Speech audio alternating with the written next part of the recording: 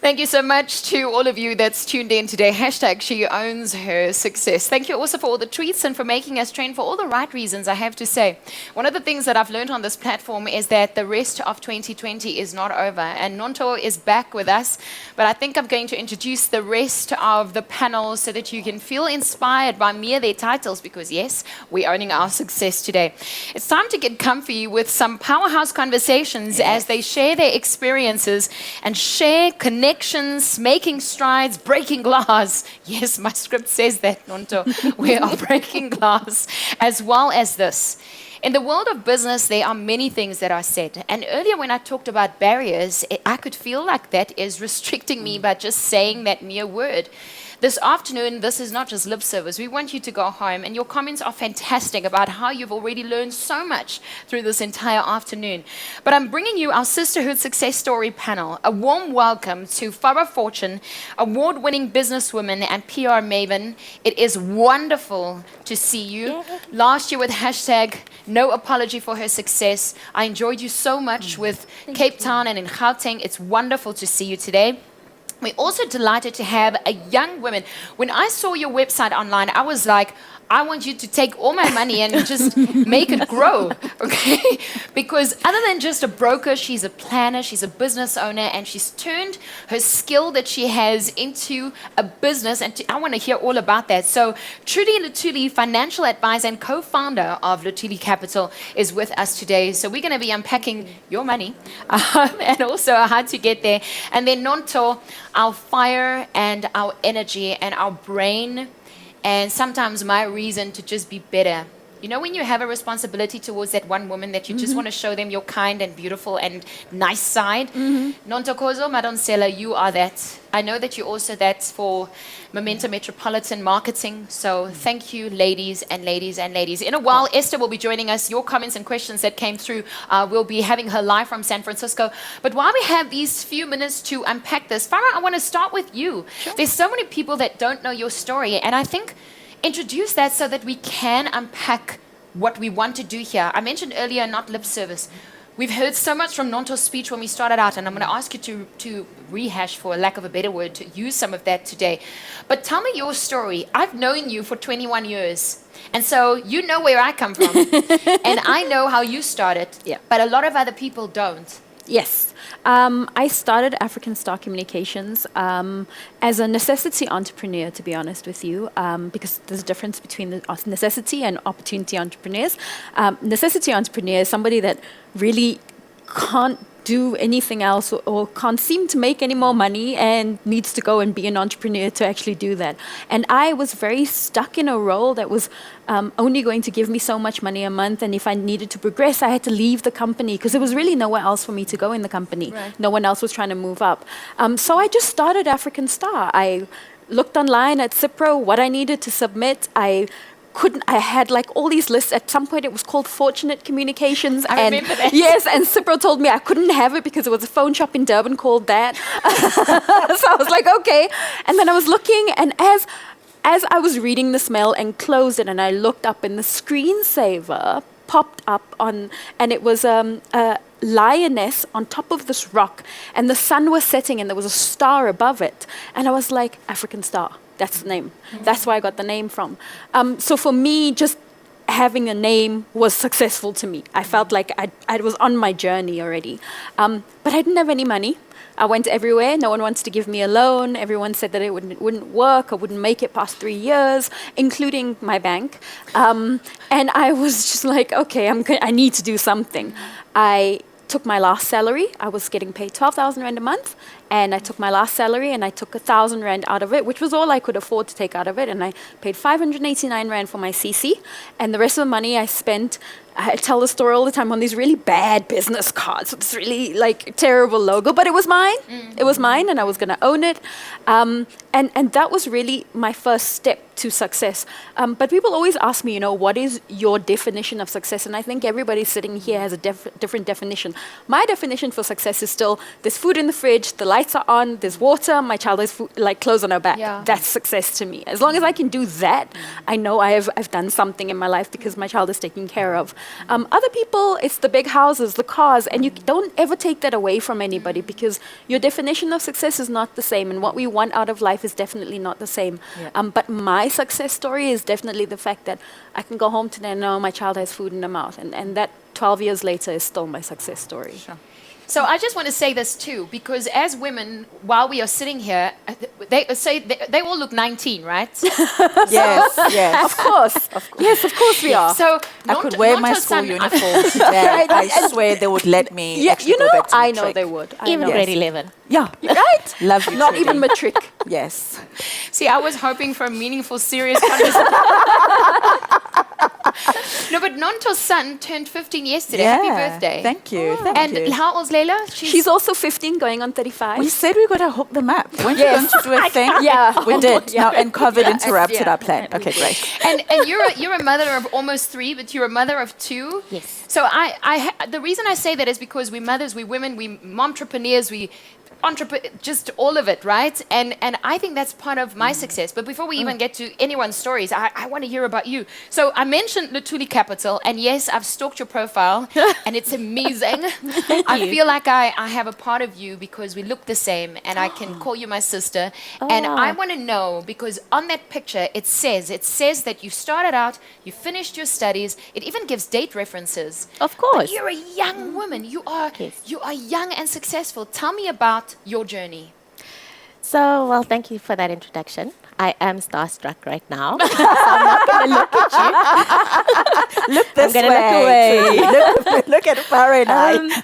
So, yes, of course, there's dates because I wanted to be very specific in terms of how long or how quick you can do it. Wow. So there are people who will take 5 years. I took a year. So what? At the end of the day, it can be done.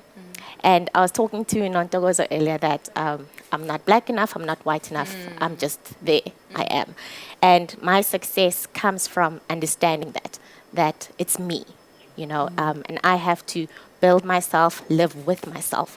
And the constructs of success do not exist to me. It's about being able to sleep at night knowing that I'm me, I'm true to myself. I can't be a second version of anybody else. So I have to embrace that. So 2014, I left corporate, pregnant with the first one. I had no plan. I wasn't going to start a business. I just wanted to go home. And it was more of, I need to understand what I want, so I needed to switch off. And it didn't make sense to my manager at that time because I was fast-tracked. And to just hit the road and say, okay, done, I'm going there to the house. No income, nothing. And it did put me in a very difficult position financially and emotionally. But now I'm so grateful I went through it because I am so successful in what I'm doing now that I wouldn't have been able to start it had I not just jumped. You know, so like she mentioned, success is so different to everybody that for me, it had nothing to do with money. It had nothing to do with the house. I sold my cars. I didn't need the cars. I focused on raising the child that was coming, my marriage, myself. And that allowed me to get over shyness, get over low self-esteem, get over anxiety, depression, and become this confident entity that I've become. Those are all points that I want to touch on today because you have just, I mean, the fact that you can say, I can focus on motherhood now, you know, it's one of the things I spoke about earlier, Nonto. Immediately we feel like, you know, so I've got the baby that I really wanted. But there is a time where you go, you know what, I've just got the baby, you know. So I think I'm going to unpack that soon. There's people watching right now that is busy with their degrees, and both of you have now said, money, you know, it's not an issue, or that you actually just want to work on self, and self-work is important. But what if we come from households where people are saying, learn, what did you study because you worked for someone and then decided to start your own financial planning firm? Oh, I studied commerce, not by choice. And she laughs like I'm like, okay. Tell us, No, Judy, what it wasn't by choice. So initially, I was planning on getting into more law and politics. And my parents told me, you're not going to get a job with that. Just go do marketing or They insurance or said the something. same to me. Yeah, do that, get a job, then you can do your politics and law. And within doing what they wanted me to do, I actually found something that I enjoyed. And I thank them now because they could see my gifts that I couldn't see. It led me to being able to work with people on a daily basis, help them emotionally, mentally, financially, and at no point am I saying money is not important. Like she mentioned, food, lights, clothes, that you need the tool to get, and that's the money. But how do you sleep at night if you've given your kids and your spouse that, but inside you're not happy? Then you find suicide, you find undesirable circumstances coming about, and people ask, but unamali, how did this happen? Yeah. And they have money. It's because internally they are poor. So you have to feed the inside first. So with what I studied, it in a long way took me to this internal investigation. Yeah. I'm so sorry. You're right. No, I could speak to you for 20. It's like I saw my cousin, you know, and I Yeah. just want to ask you Yeah. questions about, because I can say I'm proud of you. Oh, thank you. Yeah, I can say that. you. Nontokozo Madunsela, Ilana. last year, hashtag no apology for success. She was so excited. She phoned me. She was like, Lana, no apology. I was like, can I be like you? Can I wear your shoes? I want your hair, your lipstick. I just wanted to be like you. And I have no shame in saying that, because affirmations and goals and to not apologize for working on self when you're also raising a family. Tell me about your journey before I start asking questions and before this becomes a conversation. Because we joked about it earlier. Nonto has many goals, and her favorite part of the year is actually the second half of the year. So her favorite part of the year is Yes. after June 2020. Yeah. So the conversation essentially was that if you are aware of yourself enough, and I think with COVID, we've had to step back, reflect, and just look at who we are, where we're at, and why we're there. In my reflection, I started connecting the dots that actually there's a lot of renewal that occurs in my life and a lot of change that tends to occur in my life in the last half of the year.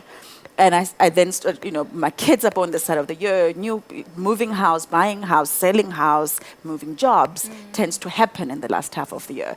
But that coincides with the fact that, as Momentum we've said, we've got 2020 isn't over until we decide it's over.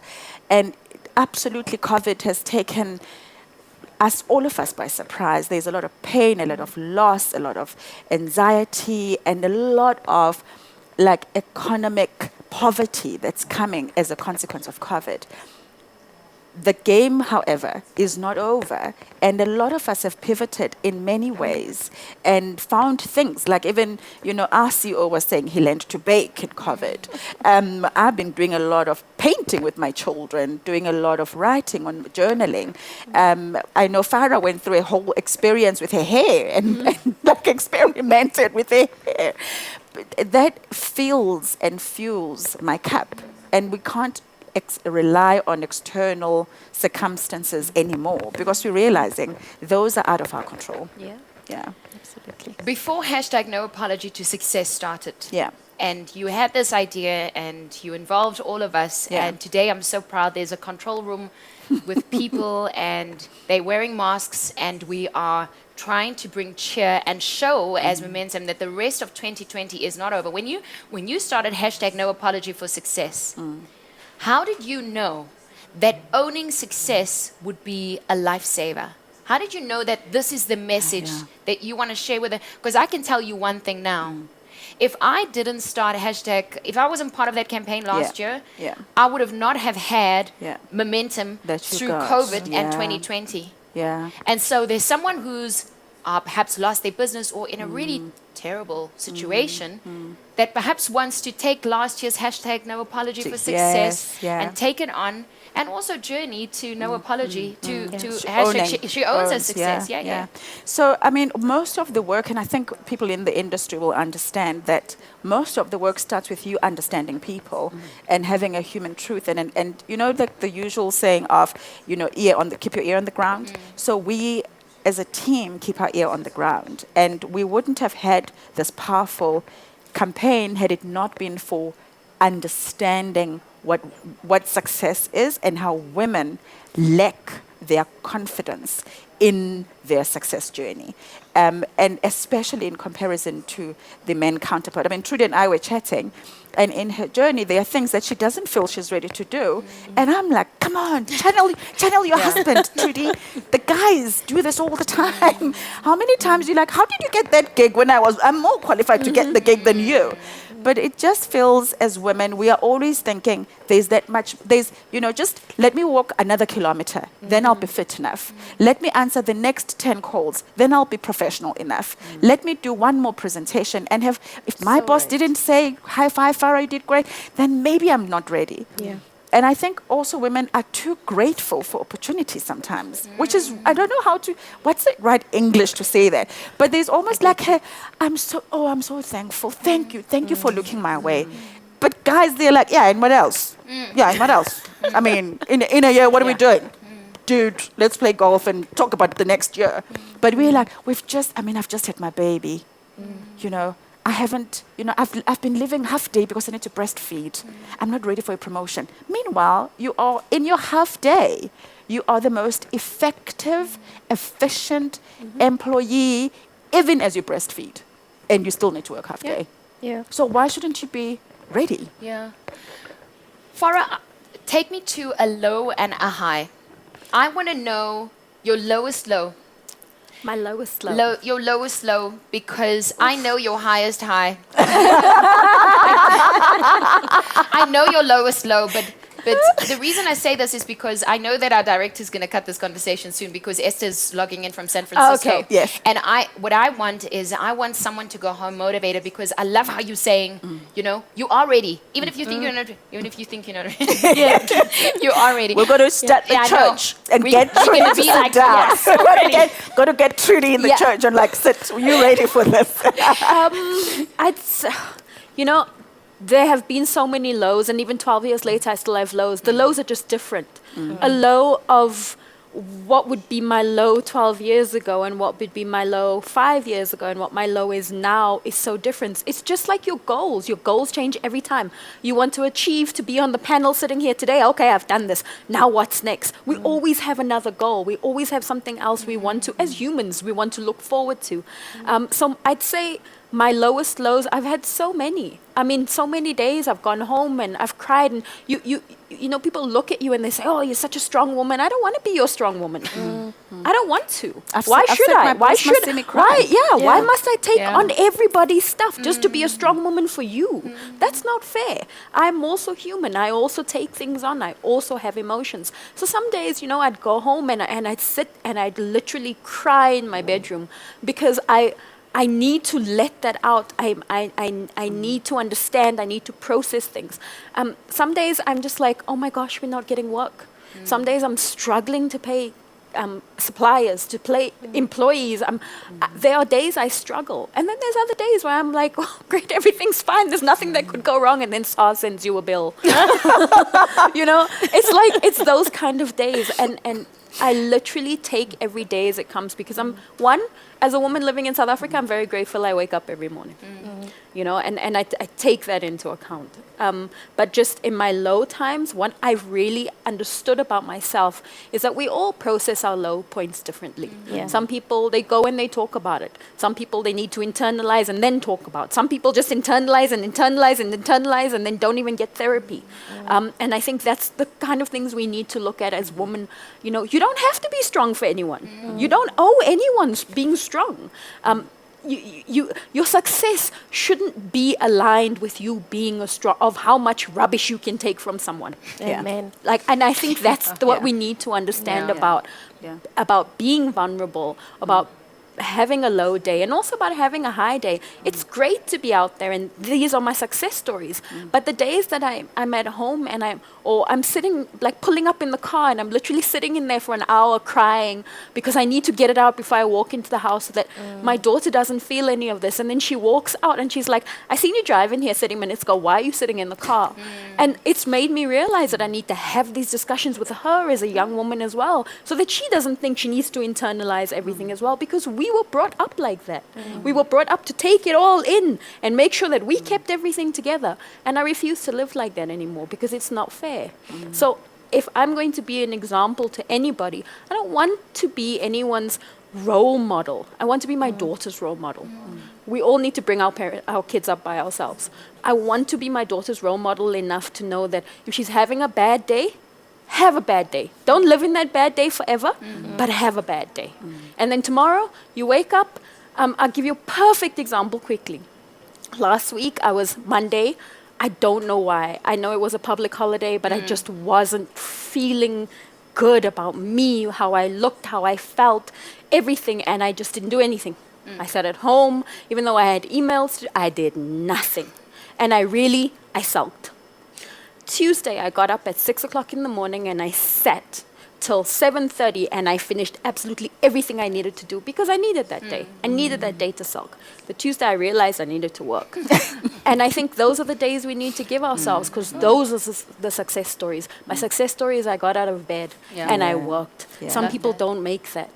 So every little thing your success is dependent on how you feel, and your low points is as bad as how quickly you get out of it.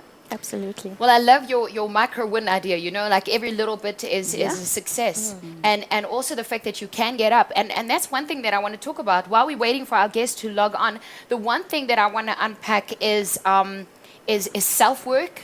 And you mentioned a word that I am so glad we are speaking about when we talk about success and our achievements, and that is mental health. Nontokozo earlier called it her mental diet, so I can't wait to touch on that. I can't wait to touch on that in a bit. But if you just join us, hashtag she owns her success. We all own our success. And yes, if you want to follow that other conversation, it's hashtag no apology for her success. Esther Wachiski joined us earlier today, and she is just remarkable as a leader. I mentioned to you earlier as well that some of her achievements includes the fact that she has raised successful daughters and also been a leader in Silicon Valley, being a mentor to people like Steve Jobs. And today we have the privilege of having her back. So we're just waiting for her to come on so that we can continue our sisterhood success discussion. Also, you posted some of your questions and comments, so now is the time that we will actually be going through it. And I must say, Nontokozo, some of you already started answering it as well. While we're waiting for her to join us, I see that our technical team is trying to get her back. You mentioned something that just caught my attention. Nontokozo talked about our mental health. Hello, Esther. How are you doing? Fine, thank you. I'm so excited to be here with all of you. Thank you, thank you. So just to give you an idea and bring you up to speed, earlier we chatted about our sisterhood. We've got our three sisters in the house, okay? They've been inspiring us. So we've got Nontokozo, our lead in marketing for Metropolitan Momentum, and we've got Farah Fortune here with us, and we've got Latudia here with us. So we've been having an amazing discussion. We also enjoyed your keynote address earlier and talking about your daughters. That was really insightful. And we have so many questions and comments from people, so we want to unpack that. So, Esther, are you ready? I'm ready, yes, thank you. I should probably tell you I am. I'm Ilana. Hi. Hi, Alana. Okay. So, I mean, we were just talking about success and how to get there. And one of the things we pointed out is that all of us are mothers, right? One of the questions that also came through in this is, how are you a mom trying to be successful without the guilt of having little ones, because you're trying to make ends meet and you're trying to be a successful leader? What advice would you give to the person who asked this question, and also all of us unpacking the fact that we are parents together with the fact that we are business owners? Well, one thing you need to remember, and we sort of forget about it, but it's very important, in that we are models for our children. And the way that we interact and the way that we behave with regard to the problems that we face those kids watch and they follow what you're doing. So the most effective thing you can do is not to worry about them, but to deal in an effective way with whatever you're facing, because they'll see you doing that. They'll see you trying to manage 5 different things at the same time, which is what I did and what all these other people that I know did. I mean, it's impossible to be perfect, but what is possible is the way that you react to the situations that you face. And I mean, I know for a fact for myself that you can get really upset and then you can't think well. And you can also get upset, but then somehow realize that you are in control. You are in control of yourself. You might not be in control of what's happening, but you're in control of your behavior and what is happening to you. So the best is for you to just model that behavior for your children, and then they will follow that behavior that you have. I just wanted to follow up a little bit on what was said earlier on we own our success. I think what we do with little girls, our children, is that we innately, and it's because the way we were brought up, train them to be pleasers, to be the ones that are going to make the compromise, the ones that are going to do things to help you. We somehow build that in to their early learning, and so we need to probably rethink that and perhaps be a little bit more realistic in that we don't want little girls to always just be pleasers. We want them to have their own mind and to be intellectual and to think about things they care about. So hopefully that explains some of the answer that I was getting across. Esther, now our panel have their own set of questions for you as well. I know that Nonto wants to ask a few questions. Just heading to more of the questions that we had on our SMS line this afternoon. What are some of the habits that have contributed to your success today? Now, I mean, you touched on it earlier. You said some amazing things that has just come up as well. Trudy also referred to it earlier about honesty and about how you raise your children. The fact that you, that one habit that you mentioned about risk, that you need to risk things and then accept the fact that you might fail, but that you just get up again and risk again. Oh dear, So what are some of the habits that we can adapt and that has contributed to your success today? That you hit on it. Excuse me. That's the number one thing. And that's what I did in my classroom. That's what I did with my children, is that when you take a risk, first of all, you're innovative because most risk taking is different. We're doing something that people haven't done. And you may fail. As a matter of fact, probably the most important thing is you do fail. But then you have to get up and do it again. And you will get it right. You just have to believe in yourself. And don't get diverted. And the way that people get diverted is that they try something new that could possibly work, but maybe it doesn't. And then they get really upset. They get upset with themselves. And as I said, I think in my talk, the first person that you need to forgive if there's any kind of failure is yourself. You yourself, you have to take really good care of yourself and say, okay, this didn't work out this time, and I'm going to do it right now again. And that's what I did with my daughters. And that's basically what I've done with all my students. And they all say that. And I included in the training in my classes what I called mastery learning. And mastery learning is you don't get a grade until you get it right. And whatever it is you're doing, you get to do it repeatedly until you get it right. So I think, no one gets it right the first time. Somehow we have this erroneous thought that in school you're supposed to get it right on the first time and you get an A and then you go to the next thing. I don't know anybody that gets it right on the first time. And that's why there's so much cheating out there. Wow. Okay, Nontokozo's got a question for you. Well, first I must say, the thought of no one gets it right the first time Yeah. has made me feel better about being divorced. Because I'm like, hey, sometimes you get married and you never get it right the first time. So thank you for that. I'm keeping it in my journal. But the question I have for you actually linked to marriage, which I failed at. Going to therapy is fine. That's fine. So You the question will get is, it right. yeah, that's great. Yeah, I'll get it right, definitely. So the question I have is, you spoke about what happens at home, and you spoke about the relationship, parent-child relationship, and how you kind of helped your daughters grow up in the way that they had their confidence, not afraid of risks, etc. How I'm not sure if any of your daughters are in relationships, married, with partners, but the how we show up at work is very connected to relationship dynamics in our mature age or adult age. So what have you learned about interacting on that level, and how that either is a barrier or facilitates success in a relationship space at home? So this model that I put up, this trick, which I talked about in my talk, it works in your personal relationship. And you just need to think about it. I mean, when you first get married, it's like, oh, everything is perfect. Oh my God, this person is like, oh, I'm so excited and whatever. And then the first thing that happens when a relation disintegrates is you lose respect. Respect is the first thing that goes. And you're like, oh, they did it all wrong. And, how did I make this mistake and married this person or whatever?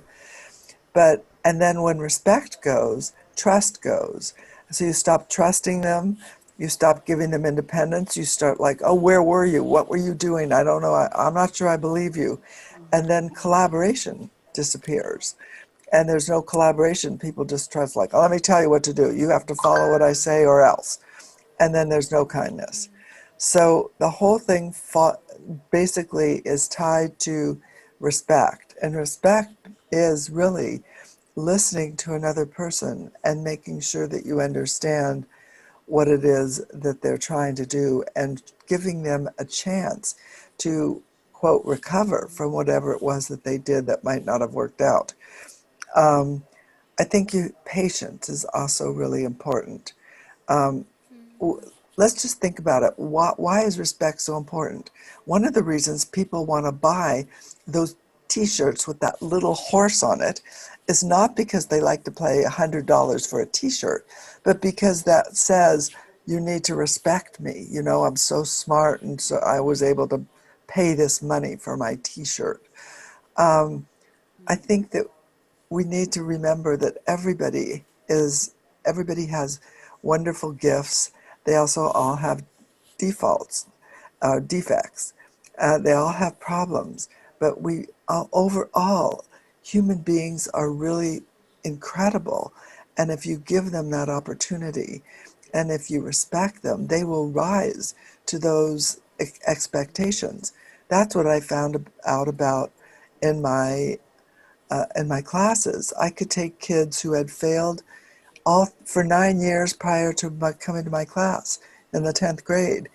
And the fact that I believed in them, cared about them, made the difference. These kids, all of a sudden, who somehow couldn't read before, they're like, could read. And people are like, well, why did that happen? Yeah. It's because suddenly I respected them and they respected themselves and their abilities. So it really works in interpersonal relationships and works in all areas of life. Yeah, thank you. Does So that, Farah has hopefully a question that for makes you sense. too, Esther. Yeah. Yeah, definitely. It Thank did. you. It did. Thank you so Yeah. much. Farah, what's your question to Esther? Hi, Esther. So I have a broke best friend that lives in my house, and she's 15. I call her my daughter. And you know, so much of African culture, and I'm sure even just generally around the world, we brought up to you know, we respect our elders. No matter what they say, whether they're right or wrong, we have to respect them. And I don't really bring my daughter up like that, because I bring her up to question authority, to question even me. That if I'm wrong, she needs to tell me, okay, mommy, you're wrong, and this is why I believe you're wrong. Because I never grew up in a household like that. We were taught to listen to our parents no matter what happened. So sometimes I find the balance between listening to me and listening to her doesn't always balance. So you have 2 daughters. I have one that 3. I'm sure. Oh, you have 3? I don't even know how you do that. One is enough. So I struggle sometimes, and I wanted to know, how do you find the balance between that, or, you know, trying to give them the freedom that they deserve, but also making sure that, you know, I've been through this, because I think my daughter thinks I was just born a parent. I don't think she realizes at some point I was also 15. But I think, you know, we need to come to that balance. How do you handle that, or how did you handle that with your daughters? You know, that's a great question. And I want you to know that all kids think that their parents were always like that. You know, they think they don't ever think their parents were little kids. They somehow, it's crazy. And I just remember, you know, in teachers, kids in the class, they don't realize you're a human being. And really, you know, if you see them in a store, a lot of kids are like, oh my God, you go shopping too? You know? I thought you just lived in the classroom, you know? Oh, you don't do anything else. You just have to remember, you know, that kids, you have to remind kids, you might want to show them pictures of yourself when you were little. You know, oh yeah, I did this when I was little. Yes, that's really me when I was little. And so you want your kids to respect you, but the main thing that you can do to respect them is just listen. But they need to know that listening is the first step in respecting. Just hearing, it doesn't mean you have to follow what they say. Because I'm also like you know, I challenge authority all the time. I wouldn't have gotten my kids to where they are if I would have just said, oh yes, follow the rules. A lot of these rules don't make sense. I mean, why would you want to follow a rule that doesn't make any sense? And so you want to teach them first to listen, and then to say, well, I've heard you, but I'm living in a different age, I'm a different person, and I want to do it in the way that works best for me and my generation. That's what I think they need to do. Thanks for that. Esther, we're heading to more of our questions that we had from everyone watching you earlier, and I want to combine these 2 questions. I was just told by the gods here in our studio that we're almost running out of time, but I had 2 really important questions. The one talks about this. The one says, how do you fit in a male-dominated environment? Do you change yourself in order to fit in? And then the other one says the following. She says, I have a fear of being replaced if I share my knowledge or opinion. How do we as women change that mindset amongst ourselves? And you know what I thought of, but in particular, I thought of your one daughter who is the CEO of, I think, YouTube. And I'm thinking, oh my word, like, first of all, she's got a job that most of us can only dream of.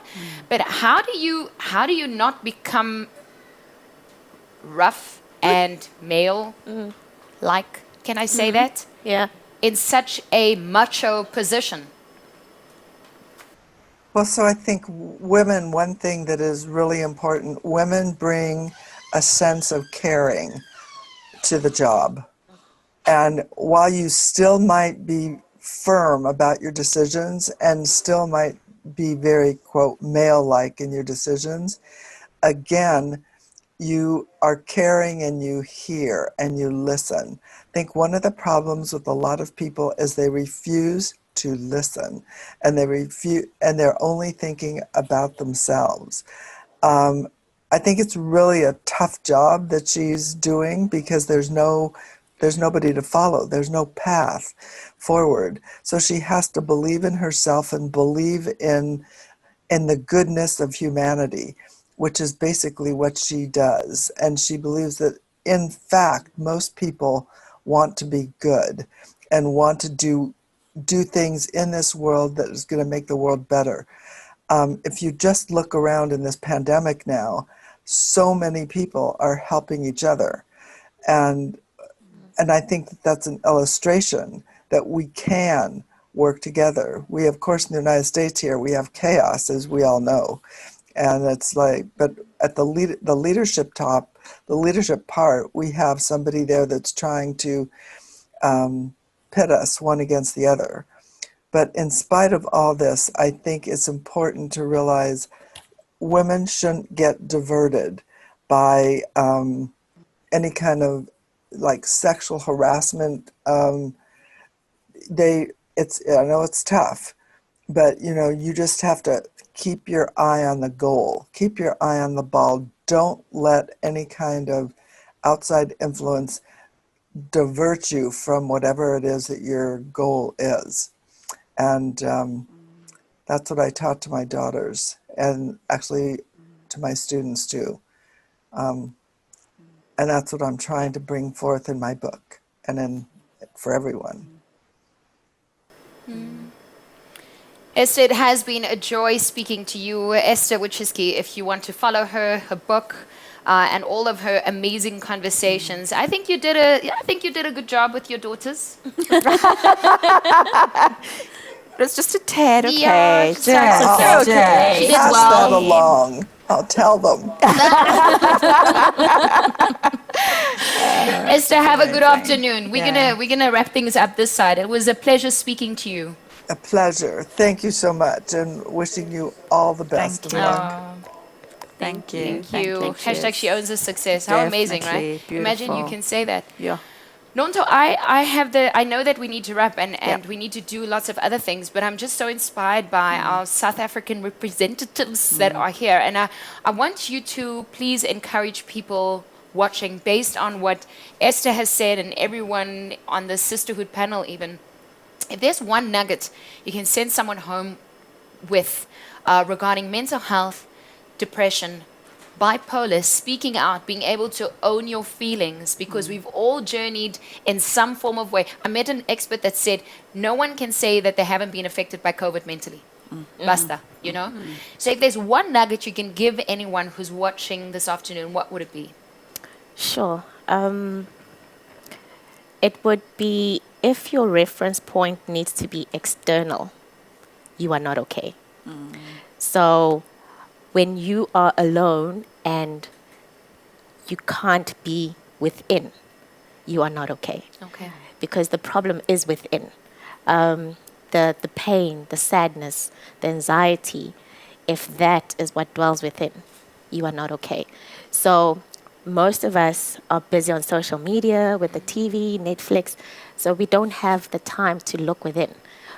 You need to put that time, even if it's 5 minutes, in silence, all by yourself. Lock yourself in the toilet if you need to. If you can't deal with being alone with yourself, you are not okay. So I can't say it's depression, it's bipolar, it's whatever. But once you hit that point where you're like, I can't deal with this, you need to ask for help. And that's the journey of self-work, Yeah. right? Something that Nonto and I... Nonto, if you can give everyone who's watching a conclusion based on your journey with affirmations and about owning your success. I mean, the things you speak, I love having you as my sister, because I can call you up and tell you anything, and you can always see the good and motivation in that. I don't know why I'm emotional. I'm actually starting to cry. Oh, God. But You're sitting next to another crier. Like from here, Farah. and then, Full proof, and then right? they We social could distance decide. us, so we can't even cry together. But I did say, You're sitting next to no a crier. tears. No, my God, stop If they're it. gonna cry, Yes, sis. now I must Farah. watch you all cry. Like, build know, up the I'm wall, sorry. Farah. Keep the kids. Okay, we're gonna mean. no, if there's one thing that you listen, before this we talked about Botox and Yes, I flab, know, okay? I know. We talked about it. Okay, cool. If there's one thing you can send, because that's part of self-work, right? yeah. Affirmations and how to raise daughters. I mean, she just said it. What would it be?